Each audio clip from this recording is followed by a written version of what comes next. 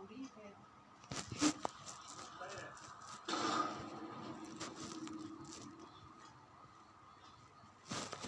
อไม่พูดแล้วกันนะฮะ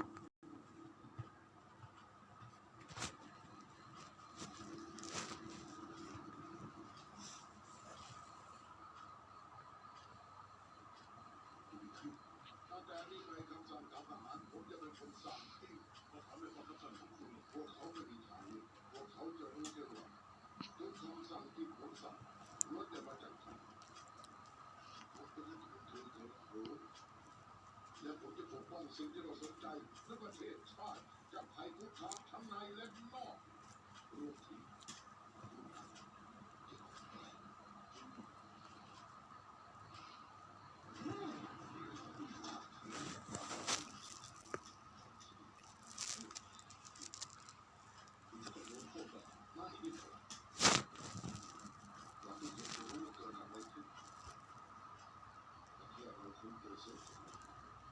หัวแกใช้ขนาดเท่าเรื่องอื่นจะถูกลืมไป